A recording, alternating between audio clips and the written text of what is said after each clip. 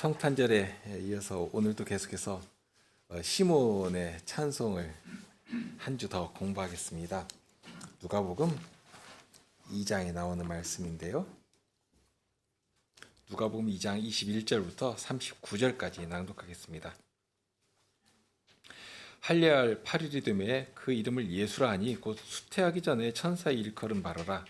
모세의 법대로 결례의 날이 참에 아기를 데리고 예루살렘에 올라가니 이는 주의 율법에 쓴 바 첫 해에 처음 난 남자마다 주의 거룩한 자라 하리라 한 대로 아기를 죽게 드리고 또 주의 율법에 말씀하신 대로 비둘기 한 쌍이나 혹 어린 반구 둘로 제사하려 함이더라.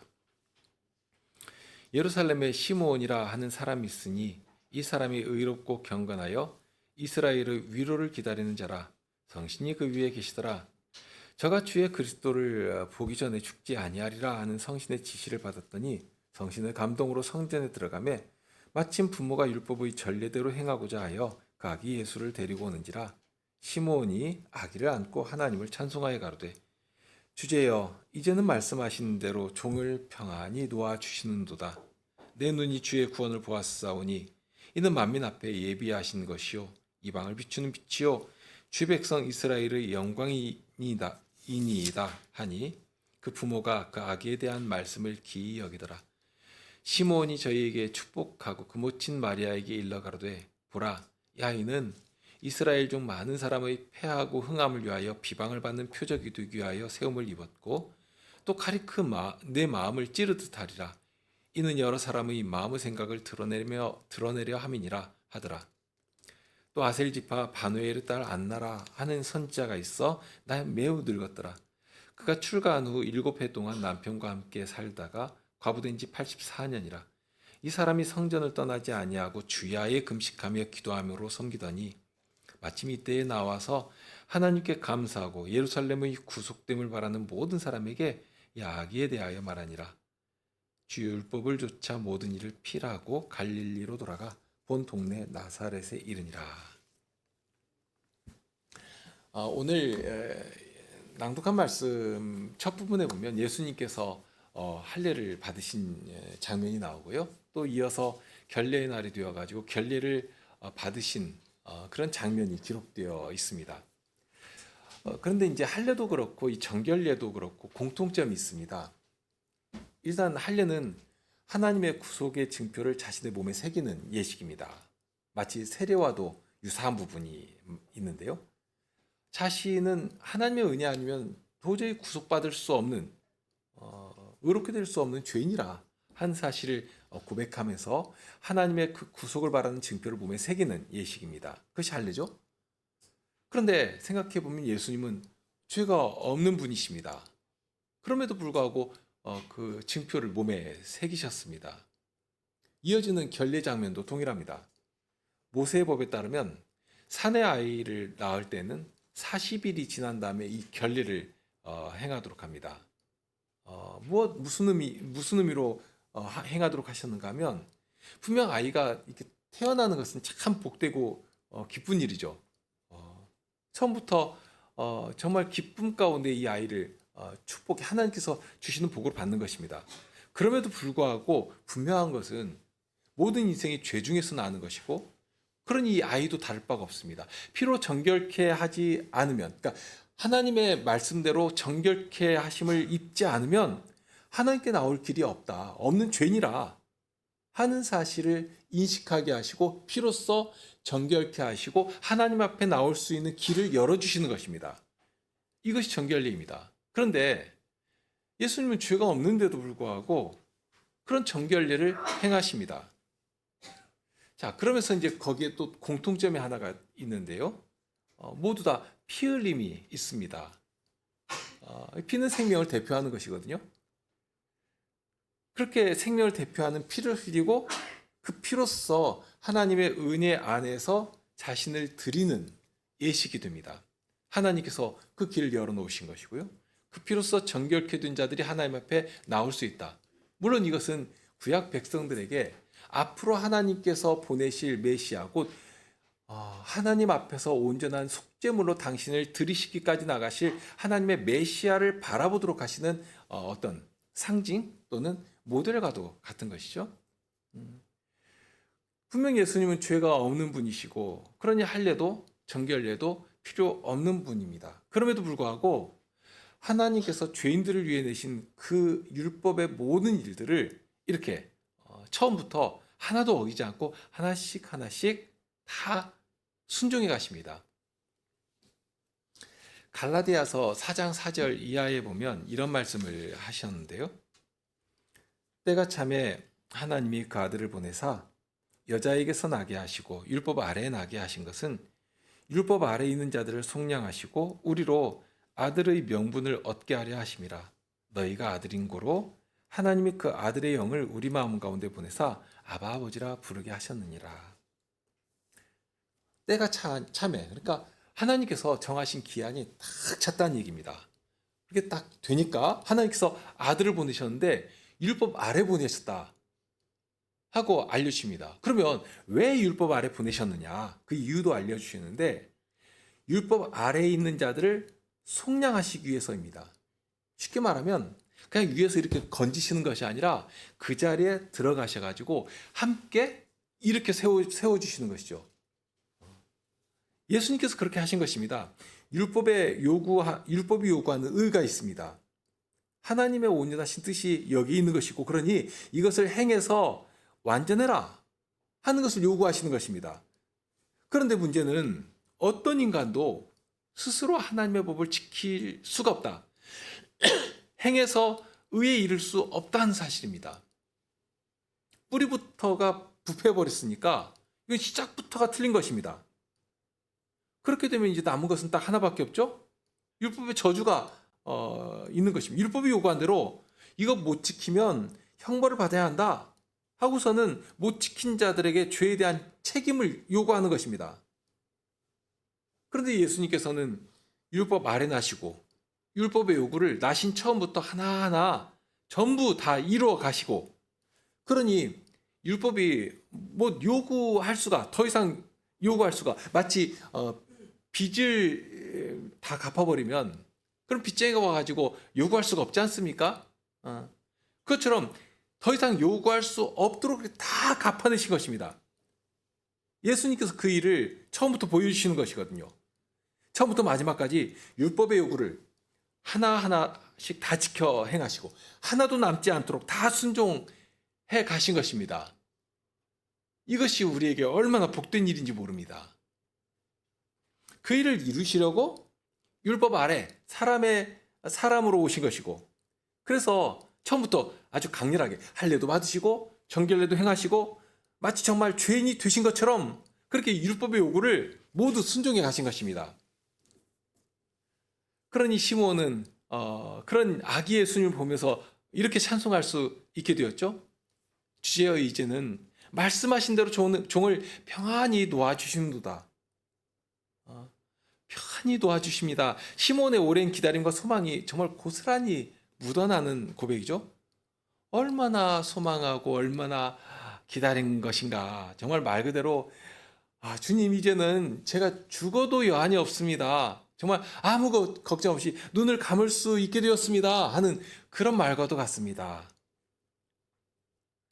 그런 고백을 하면서 이제 그 마리아와 요셉에게 이 예수님이 어떤 일을 하실 분이신가 하는 것을 전하게 되는데요. 그런데 축복이라고 하는 말이 나오는데 내용을 보면 이게 과연 복된 내용인가?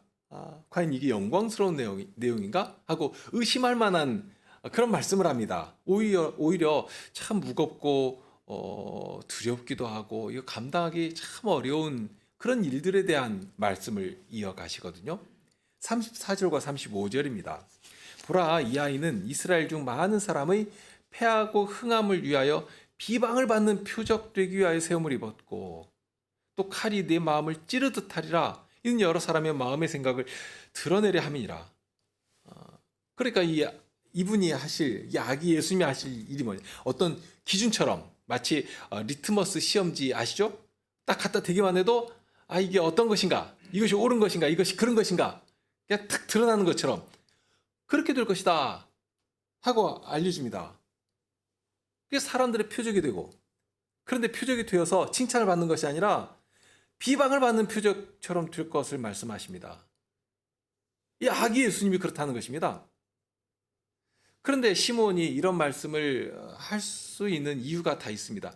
지금 시몬은 처음부터 하나님의 말씀 안에서 하나님께서 약속하신 것들을 찾고 위로를 기다리던 시몬이었습니다. 그러니까 메시아가 오시면 무슨 일을 하실 것인가? 선지자를 통해서 다 알려주신 말씀이 있거든요.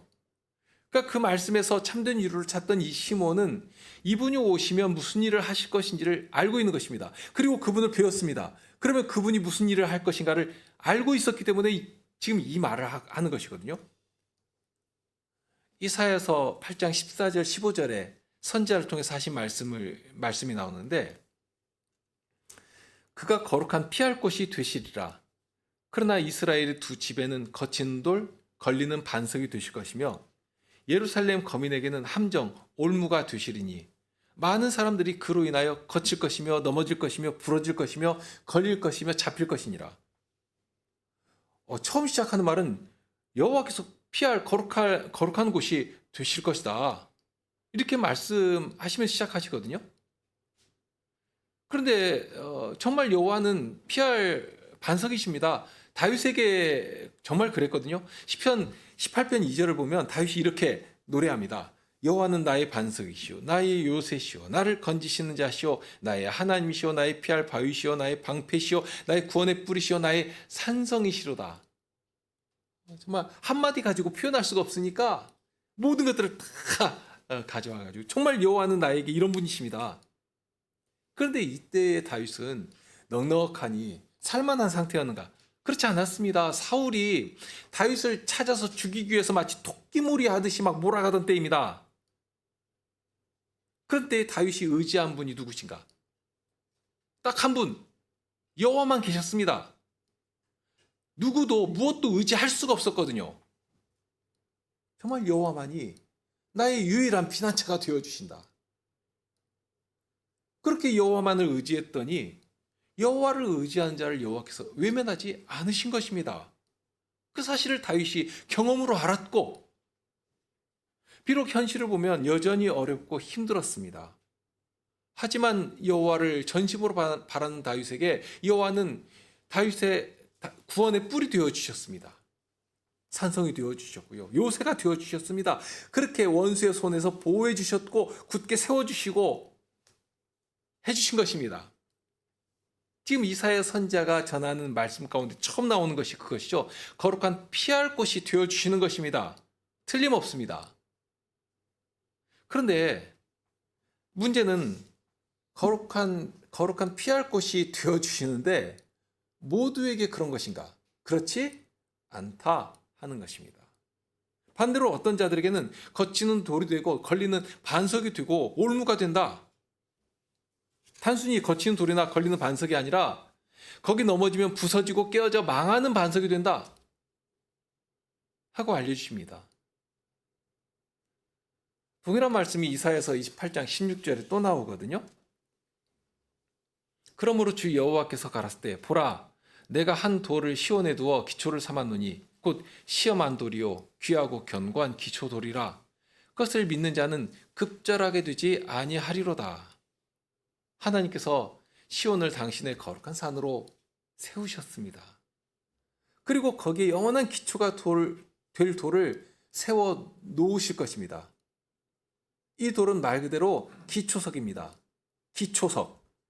그러니까 이 돌을 기초 삼아서 영원히 사라지지 않을 영원한 나라를 건설해 가실 것입니다. 그런 복된 돌인데, 그런데 이 복된 돌이 어떤 자들에게는 시험돌이 되었습니다. 분명 믿는 자는 이 돌 위에 서서 흔들리지 않게 될 것입니다. 아무리 창수가 나고 바람이 불어도 넘어지지 않는 그런 든든한 반석이 되는 것인데, 반면에 믿지 않는 자들에게는 이 돌은 넘어지게 하는 돌입니다. 망하게 되는 돌이고 걸려 넘어져 깨어지게 되는 돌이라. 이거 급절한다 했죠?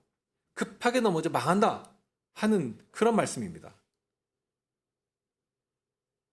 하나님을 믿는 겸손한 사람은 여호와로 피난처를 삼습니다. 그러나 어떤 자들은 여호와만을 의지하지 않습니다.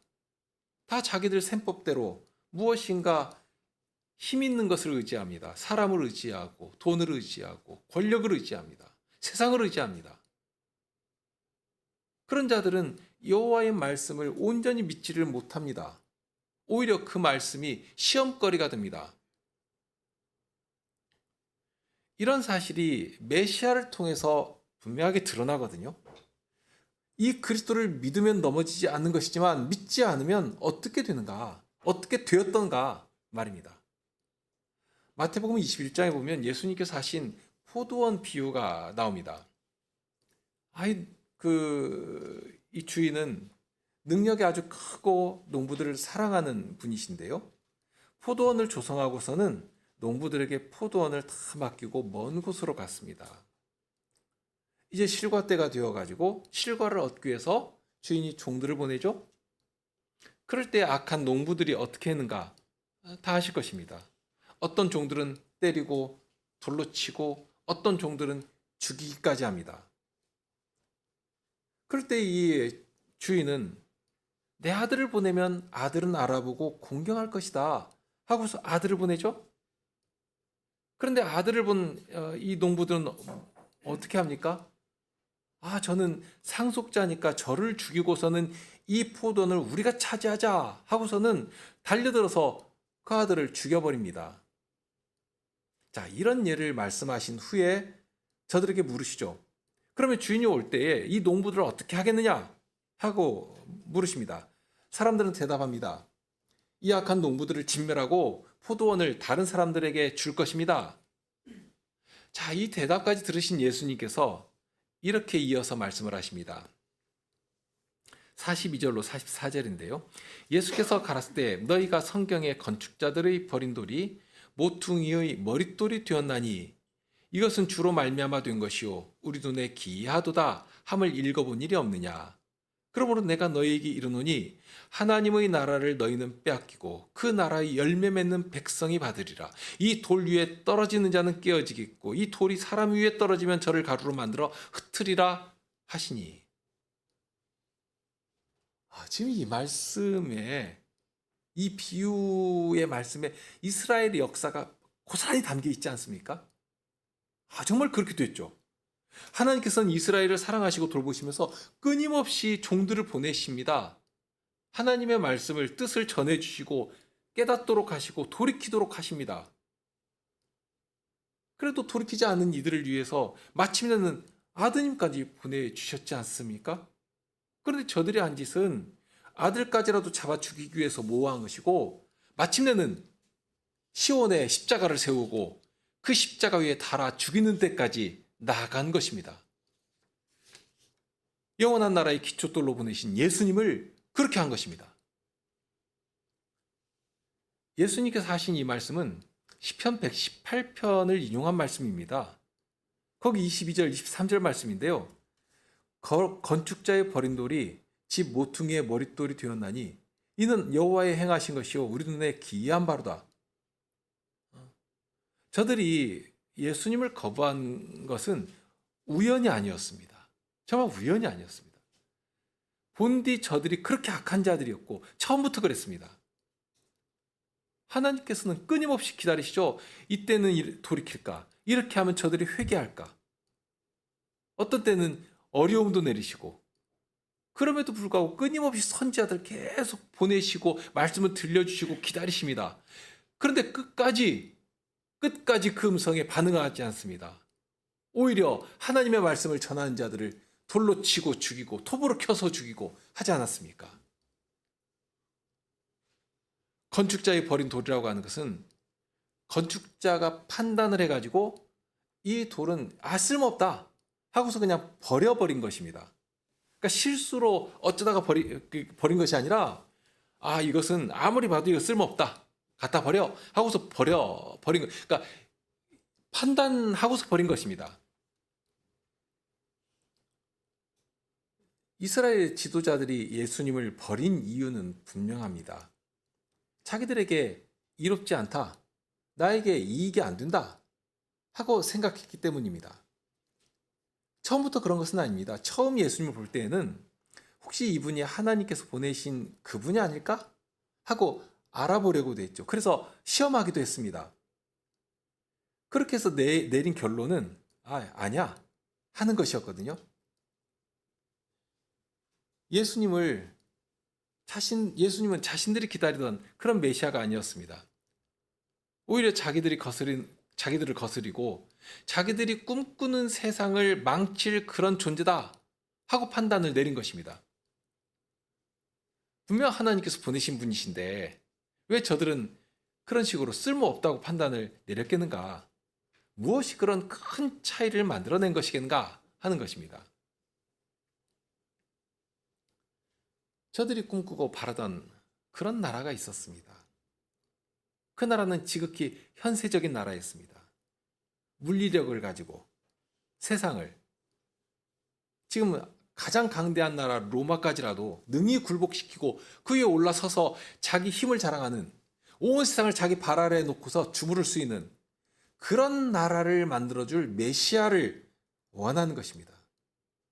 그런 메시아를 원했는데 그런데 예수님이 전혀 그렇게 보이지 않는 것입니다. 더구나 많은 사람들이 막 예수님을 쫓아갑니다. 그러니 이게 굉장히 위험하게 생각되는 것입니다. 자칫 저로 인해서 그나마 우리가 누리고 있는 이 어떤 권력, 평안, 쉽게 말하면 지금 이 사람들은 유대 지도자들이고 권력자들입니다. 그러면 지금 누리고 있는 이 환경, 이 권력을 혹시라도 빼앗기지 않을까 염려를 하는 것입니다. 너무 가진 것이 크니까. 사람들 위에 군림하면서 살아가고 있는데 그나마라도 빼앗기면 얼마나 곤란하겠습니까? 그러니 대제사장 가야바가 한 말이 있죠. 한 사람이 백성을 위하여 죽어서 온 민족이 망하지 않게 되는 것이 너희에게 유익한 줄을 생각지 아니하는도다. 지금 너희들에게 유익한 게 뭐냐? 그 한 사람이 차라리 죽는 게 훨씬 낫다는 것 아니겠습니까? 예수님 때문에 소외라도 일어나면 로마 제국이 군대를 몰고 와가지고 진압할 것 아닙니까? 그러면 자기들이 누리던 그 특권마저 빼앗길 것입니다. 자기들이 상상하고 꿈꾸는 그런 나라는 고사하고 기왕 누리던 것도 위험하게 되겠다 하고 판단을 내린 것입니다. 그러니 이 예수를 통해서는 우리가 꿈꾸는 세상을 만들 수가 없겠다 하는 결론에 이르고 그런 판단을 내리고서는 예수님을 십자가에 버려버린 것입니다. 버릴 때에도 얼마나 악의적으로 버립니까? 대중들이 아직 잠에서 덜 깬 이른 새벽에 잡아다가 거짓 증인을 세우고서는 빌라도의 힘을 빌고 군중들을 선동해가지고 십자가에 못 박게 만든 것입니다.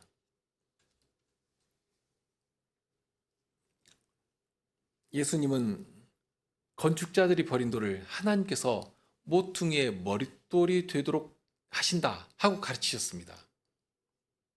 사람은 버렸지만 하나님은 그 터 위에 약속하신 영원한 나라를 건설해 가시는 것입니다. 그리고 그 일을 사람들은 미련하다, 악하다, 부끄럽다 하고 여기던 십자가로 이루도록 하신 것이고요. 그러니까 십자가의 구속 사건을 머릿돌로 삼으시고 죄 용서함을 받은 만국 백성들이 주님 앞에 이르게 하시고 그렇게 사람이 상상하고 생각할 수 없는 복된 나라의 역사를 그 위에 건설하도록 해 주신 것입니다. 참 사람이 기대하고 상상할 수가 없는 그런 놀라운 방식입니다. 그러니 시편 118편에 나온 것처럼 사람의 눈에, 우리 눈에 기이한 일이 되는 것이고요. 하나님께서 사랑하시는 아드님을 보내실 때 그렇게 사람으로 더구나 율법 아래 나게 하시고 여자에게서 나게 하시고 거친 돌이 되는 십자가를 지게 하시고 그렇게 해서 우리의 구원이 되게 하신 것입니다. 정말 바울 사도의 고백 그대로 아닙니까?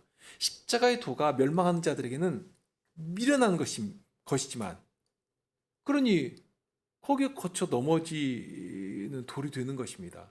하지만 구원받는 우리에게는 무엇이 된다고 하십니까? 하나님의 능력이 된다. 정말 이 사실을 고백할 수밖에 없게 되는 것이죠. 십자가의 도가 그렇습니다.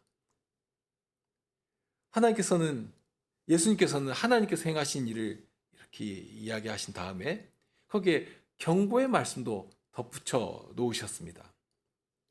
하나님께서는 건축자들이 버린 돌을 모퉁이의 머릿돌로 삼으셨는데, 그런데 이 돌은 그냥 무생물처럼 가만히 있는 그런 돌이 아니었습니다. 사람이 그 돌 위에 떨어지는 경우도 있고요. 그런데 그 돌이 사람 위에 떨어지는 경우도 있다고 말씀합니다. 만일 사람이 돌 위에 넘어지면, 돌로 말미암아 넘어지면 그는 깨질 것입니다. 반대로 돌이 사람 위에 떨어지면 그 사람은 가루가 되어 흩어지게 될 것입니다. 하나님께서는 건축자들이 버린 돌을 머릿돌로 삼으시고 새로운 집을 건설하는 역사를 시작하셨습니다. 그리고 그 복된 자리에 우리를 복음으로 부르시는 것입니다. 예수와 연하여 지어져가는 거룩한 나라의 건설의 현장에 우리를 참여토록 하시는 것입니다. 그러니 이 복되신 부르심 앞에 반응하여서 자신을 드리지 않는다면 드리지 않는 것으로 끝나는 것인가? 예수님의 말씀에 따르면 둘 중 하나입니다. 그 사람이 돌에 넘어져 깨지든지 아니면 돌이 그 위에 떨어져서 흩어지든지 둘 중에 하나가 되는 것입니다. 시므온이 마리아에게 이야기한 내용이 바로 이런 터에서 나온 말씀입니다. 시므온은 그리스도로 말미암아 많은 사람이 패하기도 하고 흥하기도 할 것이고 그 자리에서 메시아는 비방을 받는 표적이 되고 칼이 마음을 찌르는 고통이 있을 것이다 하고 하였습니다. 예수님께서 율법 아래 나신 이유는 율법 아래 있는 모든 죄인을 구원해내시기 위한 것입니다. 건져내시기 위해서입니다. 다만 그렇다고 해서 아무라도 그냥 구원받는 것은 아닙니다. 그렇게 오셨을지라도 오히려 어떤 사람은 거기에 걸려 넘어진다는 것입니다. 넘어지면 깨어짐이 심하게 될 것입니다. 하지만 어떤 자는 그 예수 그리스도 앞에, 그 복음 앞에 엎드려 여호와의 보내신 자 예수 그리스도 위에 굳게 서게 될 것입니다.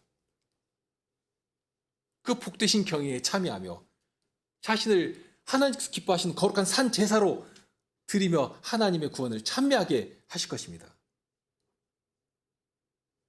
이런 내용은 이 시므온의 이런 고백에서만 나오는 것이 아니라 마리아의 찬송에서도 나오거든요. 주께서는 그의 팔에 힘을 보이셔서 교만한 자들을 흩어버리신다 했습니다. 그렇죠? 주님의 팔이 나타나면 주의 백성들에게는 그 팔이 무엇이 된다고 했습니까? 주의 백성들을 구원하는 능이 되시는 것입니다. 위로가 됩니다. 하지만 교만한 자와 자기 힘을 의지하던 자들에게는 이 팔은 심판의 팔이 됩니다. 흩어버리는 팔이 됩니다. 시므온의 찬송에도 동일한 울림이 반복되죠. 하나님께서 건축자들이 버린 돌로 새로운 나라를 세울 것을 말씀하셨는데 그것을 비방을 받는 표적이 되기 위하여 세움을 입었다 하는 말로 설명해 갑니다. 하나님께서는 메시아를 세상의 구원을 위한 표적으로 세워놓으셨습니다. 모두가 볼 수 있도록. 그런데 그 표적을 볼 때 사람들은 조롱하고 비난합니다. 예수님께서 비난받으실 만한 일을 하나라도 하신 일이 있는가? 전혀 없었습니다. 그런데도 불구하고 사람들은 자기들이 원하는 것을 얻지 못한다. 저 예수를 통해서 내가 원하는 세상을 이루지 못한다 하고 딱 판단이 되니까 일제히 일어나서 비난하고 조롱하고 때리고 그러더니 마침내 죽여버린 것입니다. 정말 기이한 일 아닙니까? 그런데 그것을 뭐라고 하셨는가 하면 표적이 된다 하고 알려주십니다. 이 표적이란 말이 앞에도 하나가 나오는데 천사들이 목자들에게 나타나서 이것이 표적이라 하고 말씀하신 내용이 있는데 강보에 쌓여 구유에 놓인 아기를 볼 때 이것이 너희에게 표적이라 하는 그런 말씀을 사용합니다. 정말 표적이 될 만한 일이었죠. 온 세상을 구원할 구원의 주님을 이 땅에 보내주셨는데 그분이 누이신 곳이 왕실도 아니고 귀족의 집안도 아니고 기껏 그 투박한 천, 강보에 쌓여서 그것도 말구유에 누워 계신 것입니다. 이런 사실을 볼 때, 그럴 수도 있겠다 하고 납득할 만한 사람이 얼마나 있겠는가. 그런데 모순적이게도 정말로 그것이 표적이 되었거든요. 목자들은 가서 그 표적을 보고 하나님께 영광을 돌리며 돌아갔습니다. 하나님께 영광을 돌리고 돌아갔습니다. 만약 하나님께서 메시아를 보내실 때 사람들이 감히 쳐다보지도 못할 만한 그런 높은 자리에 오셨다면 어떻게 되겠습니까? 그런데 오셨다면 이 목자 같은 이런 가난하고 불쌍한 자들은 감히 한 번이라도 그 얼굴을 뵐 수 있었겠습니까? 그런데 오히려 낮은 자리에 오시니까 이 목자같이 가난한 자도 어떤 누추한 자도 구유에 누인 아기 예수님을 찾아오는 일에 아무런 어려움이 없었습니다. 누구라도 올 수 있었습니다. 다만 그렇게 누구라도 올 수 있다고 해서 모두에게 쉬운 것은 아니었습니다. 어떤 사람들에게는 구유에 누인 아기를 찾아온 일이 정말 어려웠거든요. 어떤 자들이었겠습니까? 여호와의 말씀을 머리로만 아는 자들, 그 위에 서서 그 말씀으로 판단하는 자들, 생각이 교만한, 마음이 높고 생각이 교만한 그런 자들입니다. 동방의 박사들이 왔을 때 딱 그런 장면이 거기에 연출되고 있는데요. 동방의 박사들은 멀리에서부터 이스라엘의 왕이 나신 사실을 알고 예루살렘까지 왔습니다. 와가지고 다른 곳으로 갈 곳이 없고 유대인의 왕이 났으니까 헤롯 궁으로 가면 알 수 있겠구나 하고 헤롯 왕에게 가서 유대인의 왕이 어디에 나셨습니까? 하고 물으니까 이 헤롯은 당장에 유대인의 왕? 그럼 이건 그리스도다 하고서는 대제사장과 서기관들을 불러가지고 그리스도가 어디에서 나겠느냐 하고 물었습니다. 그럴 때 저 유대 지도자들은 성경을 착 찾아가지고 여기 보니까 베들레헴에서 나실 것이라고 기록되어 있습니다. 이렇게 메시아가 이 땅에 나신 사실을 알고 또 어디에 나신 것도 알고 알려주었는데 그래서 이 동방의 박사들은 그 말씀의 인도를 따라서 결국 예수님께 가서 경배를 드렸거든요. 그런데 이렇게 알려주었던 이들 중에 이 땅에 나신 왕께 나아가서 경배한 사람이 단 하나라도 있었는가? 아무도 없었습니다. 예루살렘에서 베들레헴까지는 멀지 않은 거리입니다. 그냥 반나절이면 갈 수 있는 거리입니다. 그런데 아무도 가지 않았습니다. 길이 어려웠었겠는가? 또는 무슨 전란이라도 나서 그랬겠는가? 아닙니다. 오로지 마음이 높았기 때문입니다. 생각이 교만했기 때문입니다. 자기들이 가진 힘, 권력, 재물 이런 것들을 자랑하고 그것 의지하니까 하나님께서 보내시는 메시아를 바라지도 않았고요. 보내셨다는 소식을 들었으면서도 믿지도 않았습니다. 결국 그 낮은 자리에 오신 이 목자들에게는 표적이 되었던 그 사실 때문에 이들은 걸려 넘어진 것입니다. 자기가 의지하던 것 버려야 하는데 그래야 하나님 나라에 들어갈 수가 있는 것인데 예수님께서 그렇게 말씀하시지 않습니까? 너 그거 버리고 나를 따라라 하고 말씀하셨는데 그럴 때 그 손에 쥐고 있는 거 강하게 붙들고 있는 거 그거 놓아야 하거든요. 그거 버려야 하거든요. 그런데 그냥 그거 붙잡고 자기 길로 나가버린 것입니다. 시므온은 마리아에게 그 아이로 말미암아서 칼이 내 마음을 찌르듯 하리라 하고 했습니다. 예수님께서 가시는 그 십자가의 길로 말미암아서 마리아의 마음이 칼로 찌르는 고통을 당할 것이었습니다. 그렇게 되죠. 다만 이 말은 마리아에게만 해당되는 그런 말씀은 아닙니다. 예수님으로 인해서 사람의 마음의 생각이 칼로 찌르듯 그렇게 드러나게 될 것입니다. 예수님을 찾아왔던 부자 청년의 경우를 보면 이 말씀이 무엇인지를 또 알 수 있는데요. 나름 영생의 길이 예수님을 찾아가면 알 수 있겠다 하고 예수님을 찾아온 이 청년을 예수님께서는 어여삐 여기셨습니다. 그리고 그 청년에게 영생의 길을 알려주셨습니다. 다만 먼저 버려야 할 것이 있었습니다. 자기의 의지, 자랑, 자기가 이제까지 붙들고 온 그것 먼저 버려야 했습니다. 그러나 이 청년은 재물이 많았기 때문에 자기가 가진 것을 버릴 수가 없었습니다. 그거 버리라고 했는데 버리라고 하신 그것 대신에 오히려 예수님을 버려버립니다. 따르라고 하신 예수님 대신에 자기 재물을 부여잡고 그것 쫓아가 버렸습니다. 사람들이 보기에는 대단히 모범적인 사람이었죠. 사람들에게 칭찬을 받는 사람이었고 정말 율법의 의로는 흠이 없는 그런 종교인이었습니다. 그렇지만 예수님 앞에 오니까 예수님의 말씀 앞에 서니까 그의 마음에 가득한 것, 그 마음을 사로잡고 있는 것이 무엇이었던가 하는 것이 숨김없이 드러나게 되었습니다. 감출 수가 없게 된 것입니다. 이런 일은 오늘날에도 동일하게 일어납니다. 그리스도의 복음은 사람의 생각을 고스란히 들춰내십니다. 과거 유대 지도자들이나 관원, 청년처럼 사실 세상의 관점, 기준이라고 하는 것 또는 가치라고 하는 것이 그것 없으면 망하고 죽을 것처럼 그렇게 여기도록 만들어가고 있지 않습니까? 더욱이 오늘날과 같이 그렇게 물질 만능주의가 팽배한 그런 시대가 있었겠는가? 재물이나 권력이나 지위나 그런 것들. 물론 그런 거 전혀 필요 없다 하는 뜻 아닙니다.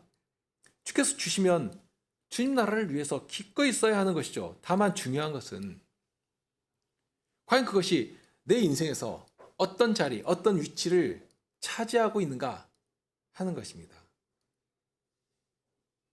그런 것. 사람의 권력이나 재물이나 지식이나 지위나 이런 것을 의지하는 사람은 과연 십자가의 복음을 내 생명으로 받아들일 수가 있겠는가? 정말 먼저 그 나라와 그 의를 구하라. 이거 먼저 구하라고 하셨지 않습니까? 먼저 구하라. 그런 이런 말씀 앞에서 그 마음에 감추어뒀던 것이 막 탁 드러나는 것입니다. 여호와를 의지하고 여호와로 나의 피난처를 삼는가? 그렇지 않으면 내가 가진 것 그것 자랑하고 사람의 것인 그것 의지하고 붙들려고 하는 것인가? 붙잡고 살아가는 것인가? 그 마음에 감추었던 것을 숨겨진 것을 이 복음으로 들춰내시는 것입니다. 과연 나의 참된 의지가 무엇이었는가? 정말 예수님을 믿든지 그 말씀을 붙잡고 살아가든지 아니면 세상의 방식을 쫓아 세상을 향해 나아가든지 둘 중에 하나인 것입니다. 예수님께서 우리를 부르실 때 우리가 진정 믿고 의지하는 것이 무엇인가를 보도록 하십니다. 어떤 사람은 아나니아와 삽비라처럼 하나님과 교회를 속이고서라도 교회에서 인정받으려고 하는 그런 사람도 있을 수 있습니다. 실은 그런 것이 사람의 약한 모습들이고요. 사람은 참 거짓을 좋아하고 가식으로 자기를 꾸미는 것을 좋아합니다. 두리번거리며 다른 사람의 인정받기를 참 즐겨하죠. 사람에겐 누구에게든지 그런 약함이 있습니다. 다만 주님께서 요구하시는 것은 그거 모두 없이 하고 와라. 이게 아니지 않습니까?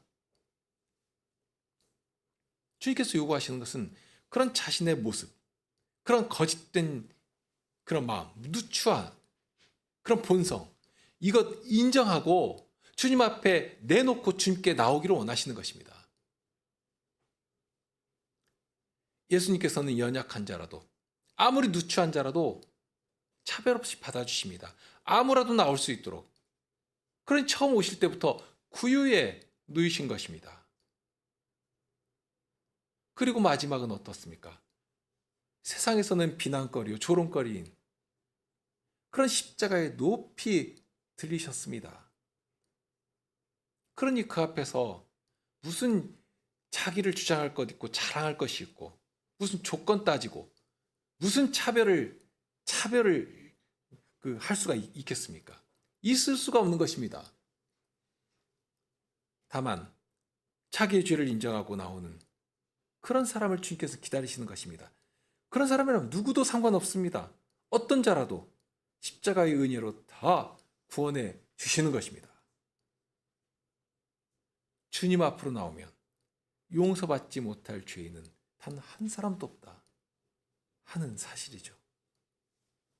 주께서는 바로 그런 죄인들에게 바위가 되시고 산성이 되시는 것입니다. 정말 피난처가 되시는 것입니다. 나의 의지할 분 여호와 외에 누가 있습니까? 자기의 힘을 믿는 자들, 사람을 의지하고 세상의 방식을 좇는 자들은 거치는 돌로 인하여 깨어지고 흩어지고 망할 것입니다. 그러나 자기를 알고 주님 앞에 자기를 내놓는 자들, 자기의 죄를 깨닫고 주님 앞에 나와 자기 죄를 구하는 자들, 그런 자들은 주님께서는 아무도 외면하지 않으십니다. 다 받아주시고 다 구원해 주시는 것입니다. 구원의 은혜 가운데 살아가도록 붙들어 주시고 세워주시고 참여케 하시는 것입니다. 이것이 바로 주께서 보여주시는 표적이 되는 것이죠. 이 표적 앞에서 우리의 믿음이 어떤 자리에 서 있는가 하는 것을 다시 한번 확인하는 그런 시간이 되시길 바랍니다. 함께 기도하시겠습니다.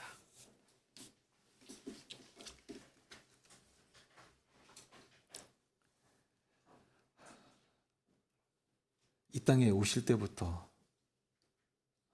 저희의 표적이 되시는 주님께서 마지막에 여호와께서 시온산에 세우신다 하실 때 십자가에 달리셔서 세워주신 것이 저희의 표적이 되게 해주셨습니다. 어떻게 그런 일을 상상이나 할 수 있었겠습니까? 그런데 그렇게 십자가에 높이 달리셔서 상 앞에서 표적이 되신 예수 그리스도께서 저희의 구원에 능히 되시고 오늘 또 저희를 살리시며 보호하시는 반석이며 산성이 되어주십니다. 저희가 피할 피난처가 주님 외에 어디 있습니까? 이 세상이 얼마나 간교하고 또 교묘하게 저희를 속이며 넘어지도록 하는 것인지 그럴 때마다 주님의 말씀이 저희 앞에 있고 그 말씀 앞에서 저희가 살아가야 할 터가 저희가 발을 딛고 서 있어야 할 터가 어디인가를 다시 한번 확인하게 됩니다. 한 해를 마무리하는 오늘 주님께서 저희가 서 있는 자리가 어디인가를 알게 하셨사오니 또한 새롭게 시작하는 한 해도 저희가 마땅히 서서 전진해야 할 그 터가 어디인가를 분명히 깨닫고 그 터 위에서 움직이지 않고 오로지 주님만 바라며 그렇게 주께서 보내신 자를 향해 움직여 나가게 하여 주옵소서. 주님만을 의지한 자는 주님으로 인하여 생명을 얻게 되는 것이지만 이 돌에 걸리고 넘어진 자들은 망하게 된다 하는 이 두려운 말씀 앞에서 저희가 더욱 주님을 의지하고 주님을 믿는 자리에 이르게 하여 주옵소서.